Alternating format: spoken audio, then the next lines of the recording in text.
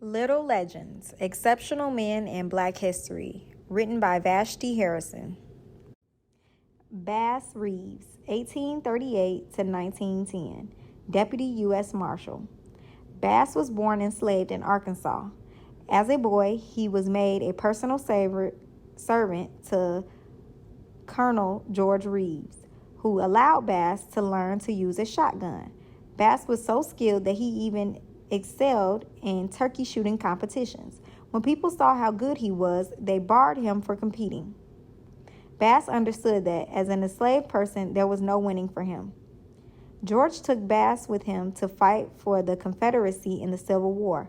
Bass was able to escape to Indian Territory, present-day Oklahoma.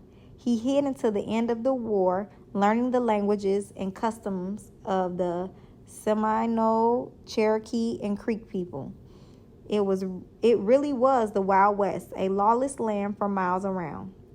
Since tribal courts had no jurisdiction over U.S. citizens, many criminals crossed into Indian Territory to hide out. It was the job of the U.S. Marshal to go in and capture the bad guys.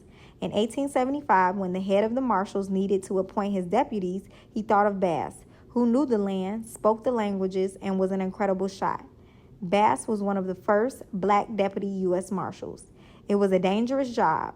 In Bass' time, more than 100 marshals were killed in the line of duty. He was never shot, but had a few close calls, including one when the bad guys got his hat. He brought in around 3,000 criminals. Before long, people far and wide knew Bass's reputation. The toughest nails, sharp shooting, 6'2" black deputy. He could shoot with both his hands, but Bass chose to shoot only when necessary. Instead, he liked to use disguises and tricks to outsmart the criminals to make an arrest. It wasn't just about bad guys for Bass. He loved animals and went out of his way to stand up against animal cruelty.